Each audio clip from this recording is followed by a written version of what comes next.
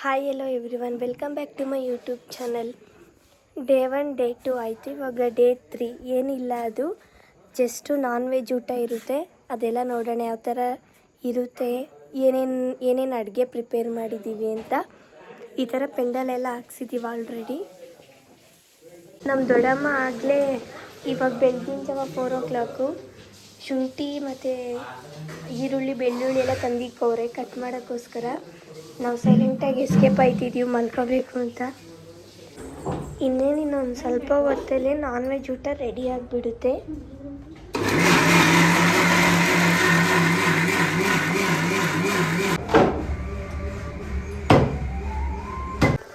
ಇಲ್ಲಿ ಸ್ವಲ್ಪ ತೋಟದ ಮಟನ್ ಸಾಂಬಾರು ಮಾಡ್ತಾ ಇದ್ದಾರೆ ಅಕ್ಕ.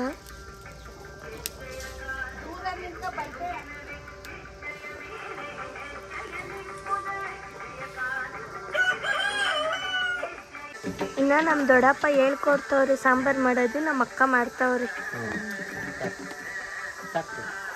ಇಲ್ಲಿ ಬೋಟಿ ಗೊಜ್ಜು ಮಾಡೋಕ್ಕೋಸ್ಕರ ರೆಡಿ ಮಾಡ್ಕೊತವ್ರೆ. ಇನ್ನೇನು ನಮ್ಮಿಬ್ರು ದೊಡ್ಡಮ್ಮಂದಂತೂ ಬೆಳಗ್ಗೆಯಿಂದ ಒಂದು 10 times ಟೀ ಕುಡ್ದವ್ರೆ. ಇವಾಗ ಇನ್ನೊಬ್ರು ಮೇನ್ ಚೆಫ್ ಬಂದಿದ್ದಾರೆ. ಆ್ಯಕ್ಚುಲಿ ಇವರಿಬ್ರು ನಾನ್ ವೆಜ್ ಮಾಡ್ತವ್ರೆ, ಬಟ್ ಇವರಿಬ್ಬರೇ ಟ್ಯೂಸ್ಡೇ ತಿನ್ನಂಗಿಲ್ಲ. ಅದೇ ಒಂದು ತುಂಬ ಬೇಜಾರಾಗಿರೋ ವಿಷಯ.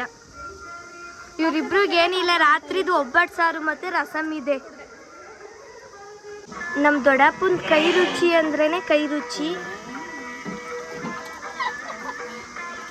ಇನ್ನು ನಮ್ಮ ಬಾವ ಅಂತೂ ಇವಾಗ ಎದ್ಬಿಟ್ಟು ಬಂದಿದ್ದಾರೆ. ಅರ್ಧ ಮಟನ್ ಸಾಂಬಾರೇ ಮಾಡಿದಾಯ್ತು, ಇವಾಗ ಎದ್ದಿದ್ದಾರೆ ನೋಡಿ. ಮಟನ್ ಸಾರು ರೆಡಿ ಆದ್ರೂ ನಮ್ಮ ಅಣ್ಣ ಅಂತೂ ಇನ್ನೂ ಎದ್ದಿಲ್ಲ. ಅದು ಪೊಂಗಲ್ ಅಲ್ಲ, ಶುಂಠಿ ಬೆಳ್ಳುಳ್ಳಿ ಪೇಸ್ಟ್. ನೋಡಿ ಫ್ರೆಂಡ್ಸ್, ನಮ್ಮ ಮನೇಲಿ ಇವತ್ತು ಟಿಫನ್ಗೆ ಪೊಂಗಲ್ ಮಾಡಿದ್ದೀವಿ. ಹೆಂಗ್ ಬಂದಿದೆ? ಎಲ್ಲರಿಗೂ ಒಂದೊಂದು ಚೂರು ಪ್ರಸಾದ ತರ ಕೊಡ್ತಾ ಇದ್ದೀವಿ. ಪೊಂಗಲ್ ಅಲ್ಲ ಅದು. ಫೈನಲಿ ಮಟನ್ ಸಾಂಬಾರಂತೂ ರೆಡಿಯಾಗಿದೆ. ಎಲ್ಲರದು ರಿವ್ಯೂ ಕೇಳೋಣ ಊಟದ ಟೈಮಲ್ಲಿ. ಇವಾಗ ನೆಕ್ಸ್ಟು ನಮ್ಮ ದೊಡ್ಡಪ್ಪ ಬೋಟಿ ಗೊಜ್ಜು ಮಾಡ್ತಾ ಇದ್ದಾರೆ. ಇವಾಗ ಒಂದು ಸ್ವಲ್ಪ ನಾಷ್ಟ ತಿಂತಾ ಇದ್ವಿ. ಮಧ್ಯಾಹ್ನ ಚೆನ್ನಾಗಿ ಮಟನ್ ಊಟ ತಿನ್ನಬೇಕು. ಬಟ್ ಆದರೆ ನಮ್ಮ ದೊಡ್ಡಕ್ಕ ಅಂತೂ ತಿನ್ನಲ್ಲ. ಅವಳು ಇವತ್ತು ಟ್ಯೂಸ್ಡೇ. ಅದೇ ಅವಳಿಗೊಂಥರ, ಅದಕ್ಕೆ ಒಂದು 2 kg ಸಣ್ಣ ಆಗಿಬಿಟ್ಟವಳೆ ಕೊರ್ಗಿ. ನಮ್ಮ ದೊಡ್ಡಕ್ಕ ಚಿಕ್ಕಕ್ಕ ಇಬ್ಬರೂ ತಿನ್ನೋದಿಲ್ಲ ಟ್ಯೂಸ್ಡೇ. ನಾನು ನಮ್ಮ ಅತ್ತಿಗೆ ಎಲ್ಲ ಚೆನ್ನಾಗಿ ಬ್ಯಾಟಿಂಗ್ ಮಾಡ್ತೀವಿ. ನಮ್ಮ ಭಾವನೂ ಅಷ್ಟೇ, ನಾವೆಲ್ಲ ತಿಂತೀವಿ. ಟ್ಯೂಸ್ಡೇನೂ ನೋಡಲ್ಲ, ವೆಡ್ನೆಸ್ಡೇನೂ ನೋಡೋದು. ಥರ್ಸ್ಡೇ ಮಾತ್ರ ತುಂಬ ಸ್ಟ್ರಿಕ್ಟಾಗಿ ತಿನ್ನೋದಿಲ್ಲ. ಈ ಥರ ಚೂರಿ ಕಾಯಿಸ್ಬಿಟ್ಟು ಇಕ್ಕೋದು ಹಳೆ ಕಾಲದ ಪದ್ಧತಿ, ದೃಷ್ಟಿ ಎಲ್ಲ ಹೋಗಲಿ ಅಂತ. ಇದೇ ಥರ ಇನ್ನೂ ಯಾರ್ಯಾರ ಮನೇಲಿ ಮಾಡ್ತಿದ್ದೀರಾ ಕಮೆಂಟ್ ಬಾಕ್ಸಲ್ಲಿ ಕಮೆಂಟ್ ಮಾಡಿ. ಇವ್ರು ಬಂದ್ಬಿಟ್ಟು ನಮ್ಮ ಮಾವ ಮತ್ತು ಅವ್ರ ಫ್ರೆಂಡ್. ಇವರು ನಮ್ಮ ಮಾವ ಹೆಂಗಿದ್ದಾರೆ ಅಂತ ಎಲ್ಲರೂ ಕಮೆಂಟ್ ಬಾಕ್ಸಲ್ಲಿ ಕಮೆಂಟ್ ಮಾಡಿ. ಇಲ್ಲಿ ಬಂದ್ಬಿಟ್ಟು ನಮ್ಮ ದೊಡ್ಡಮ್ಮ ಚಿಕನ್ ಫ್ರೈ ಮಾಡ್ತಾ ಇದ್ದಾರೆ. ಬಾವ ಅಂತೂ ಸುಮ್ಮನೆ ಈ ಥರ ಮಲ್ಕೊಂಡು ಫೋನ್ ನೋಡ್ತಾ ಇರೋದೇ ಕೆಲಸ. ಅವರು ಮತ್ತು ಅವ್ರ ಫ್ರೆಂಡ್ದು ಇಬ್ಬರದ್ದು ಅದೇ ಕೆಲಸ. ಇವಾಗ ಫುಲ್ ಸ್ನಾನ ಮಾಡಿ ಫುಲ್ ರೆಡಿಯಾಗಿ ಫುಲ್ ಮಟನ್ ಬರೆಸ್ಬಿಡೋದು ಅಷ್ಟೇ. ನಮ್ಮ ಅಕ್ಕ ಅಂತೂ ಎಲ್ಲ ಕ್ಲೀನ್ ಮಾಡೋದಲ್ಲಿ ಯಾವಾಗಲೂ ಬ್ಯುಸಿಯಾಗಿರ್ತಾಳೆ. ಇನ್ನು ನೆಕ್ಸ್ಟು ಮಟನ್ ಸಾರು ರೆಡಿ ಆಗಿದೆ. ಅದಕ್ಕೆ ಎಲ್ಲರೂ ಮುದ್ದೆ ಮಾಡ್ತಿದ್ದಾರೆ. ತಿನ್ನೋದೊಂದೇ ಬಾಕಿ. ನಮ್ಮ ಖುಷಿ ಅಂತೂ ಈ ಬಟ್ಟೆ ಬೇಡ, ಆ ಬೆಲ್ಟ್ ಬೇಡ ಅಂತ ಬರೀ ಅಳ್ಕೊಂಡೇ ಟೈಮ್ ಪಾಸ್ ಮಾಡ್ತಾವಳೆ. ಇನ್ನು ನಮ್ಮ ಗುಬ್ಬಿ ಅಂತೂ ಒಳ್ಳೆ ನಿದ್ದೆ ಮಾಡ್ತಾವಳೆ ಈ ಗಲಾಟಿಲೂ. ನೆಕ್ಸ್ಟ್ ಊಟ ಎಲ್ಲ ರೆಡಿ ಆಗಿಬಿಟ್ಟು ತಿನ್ನೋದೊಂದೇ ಬಾಕಿ.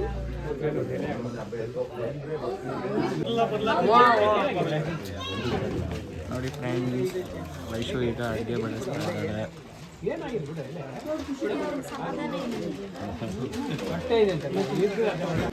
ಊಟ ಬಡ್ಸಕ್ಕಂತೂ ಒಬ್ರಿಬ್ರಂತೂ ಇಲ್ಲ, ಬೇಜಾನ್ ಜನ ಅವ್ರು. ಅದಕ್ಕೆ ನಾನು ಸುಮ್ಮನೆ ಸೈಡಲ್ಲಿ ಕುತ್ಕೊಂಡಿದ್ದೀನಿ.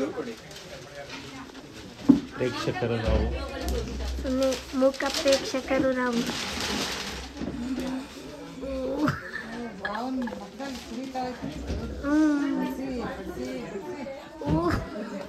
ನಮ್ಮ ಅಣ್ಣ ಅಂತೂ ತುಂಬ ಬಡಿಸಿ ಸಾಕಾಗಿ ಹೋಗ್ಬಿಟ್ಟಿದ್ದಾನೆ. ನಮ್ಮ ಅಕ್ಕ ಆಲ್ರೆಡಿ ಹೇಳಿದ್ದೀನಲ್ಲ ನಿಮಗೆ ಓದ್ ಬ್ಲಾಗಲ್ಲಿ, ಸುಮ್ಮನೆ ರೆಡಿ ಆಗಿಬಿಟ್ಟು ಆ ಥರ ಸುಮ್ಮನೆ ಸೈಡಲ್ಲಿ ನಿಂತಿರ್ತಾಳೆ ಅಷ್ಟೇ ಅವಳು. 90% ಓದ್ಲ ಅವಳು, 10% ಕೆಲಸ. ಇಲ್ಲಿ ಬಂದ್ಬಿಟ್ಟು ನಮ್ಮ ಅಣ್ಣ ನನ್ನ ಟೀಸ್ ಮಾಡ್ತಿದ್ರು, ಯಾವ ಥರ ಬ್ಲಾಗ್ ಮಾಡ್ತಿದ್ರು. ಫೈನಲಿ ನಾವು ಊಟಕ್ಕೆ ಕೂತ್ಕೊಂಡ್ವಿ. ನಮ್ಮ ಅಕ್ಕ, ದೊಡ್ಡಕ್ಕ, ಚಿಕ್ಕಕ್ಕ ಇಬ್ಬರು ವೆಜ್ಜು. ಫೈನಲಿ ನಾವು ಊಟ ಕೂತ್ಕೊಂಡಿದ್ದೀವಿ. ನಮ್ಮ ಅಣ್ಣ ಮತ್ತು ನಮ್ಮ ಕಸಿನ್ ಅಮ್ಮ ಎಲ್ಲ ಬಡಿಸ್ತಾ ಇದ್ದಾರೆ. ಅದಕ್ಕೆ ಹೇಗಿದೆ ಸಾಂಬಾರ್?